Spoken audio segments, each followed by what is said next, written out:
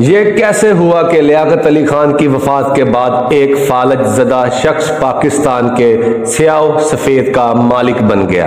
قصہ یہ ہے کہ لیاقت علی خان کی شہادت کے بعد مسلم لیگ نے ایک ایسا فیصلہ کیا جس کے نتائج خطرناک ثابت ہوئے۔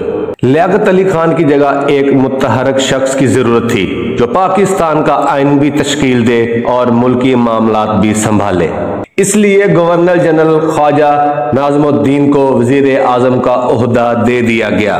گورنر جنرل کے پاس برطانیہ کے دیے ہوئے کافی اختیارات تھے، لیکن رسمی طور پر وہ انہیں استعمال نہیں کرتا تھا۔ اس لیے وزیر خزانہ ملک غلام محمد کو بے ضرر سمجھتے ہوئے گورنر جنرل بنا دیا گیا۔ فالج کے مریض ملک غلام محمد بیوروکریٹ تھے۔ قیام پاکستان کی جد و جہد سے ان کا دور کا بھی واسطہ نہیں تھا، اسی لیے وہ عوامی امنگوں کو سمجھنے سے سراسر قاصد تھے۔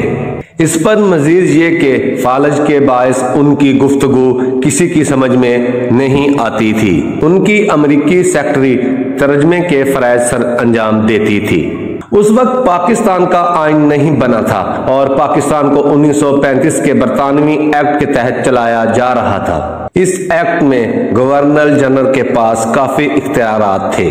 گورنر جنرل غلام محمد نے فادر آف دا نیشن بننے کی بجائے اس ایکٹ سے فائدہ اٹھایا اور اپنے اختیارات کا کھل کر جائز اور ناجائز استعمال کیا۔ ان کے دور میں پاکستان میں دو بڑے اہم واقعات ہوئے۔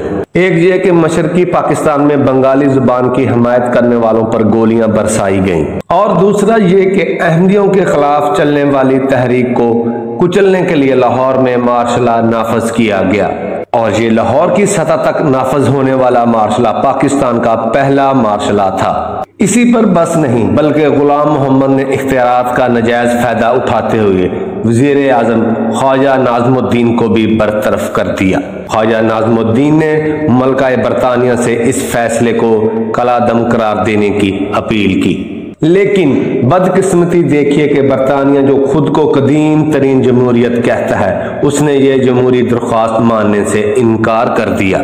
ملک غلام محمد نے خواجہ ناظم الدین کی جگہ امریکہ میں پاکستانی سفیر محمد علی بوگرا کو وزیر اعظم بنا دیا۔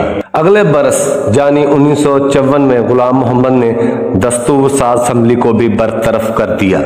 حالانکہ اس وقت پاکستان کے پہلے آئین کا مسودہ تقریباً تیار ہو چکا تھا۔ کہا جاتا ہے کہ اسمبلی توڑنے کی ایک وجہ یہ تھی کہ نئے آئین میں گورنر جنرل کے اختیارات کافی کم کرنے کی تجاویز تھی۔ یہ بھی کہا جاتا ہے کہ اس فیصلے میں انہیں army chief general Ayub Khan کی بھرپور حمایت حاصل تھی۔ ستم بالائے ستم یہ کہ غلام محمد کے دور میں حاضر service army chief general Ayub Khan کو وزیر دفاع بھی مقرر کر دیا گیا، اور یوں اقتدار کی ایوانوں میں فوجی بوٹوں کی گونج سنائی دینے لگی۔ پاکستان کی کہانی جاری ہے۔